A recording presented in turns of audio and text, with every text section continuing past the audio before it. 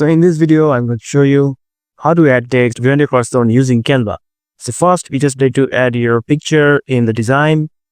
And after that, after adding the photo in your design, just duplicate the photo.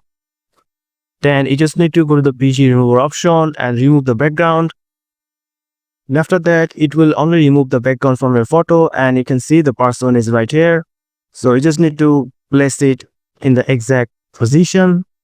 And after that, go to the text option, choose the text option, add a heading. Now you can type anything here. After that, you can change the color of the text.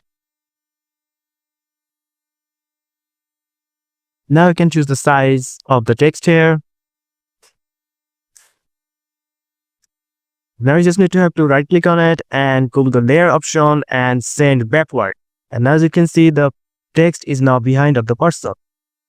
Now I can change the text as I wish. You can also add effects to the text.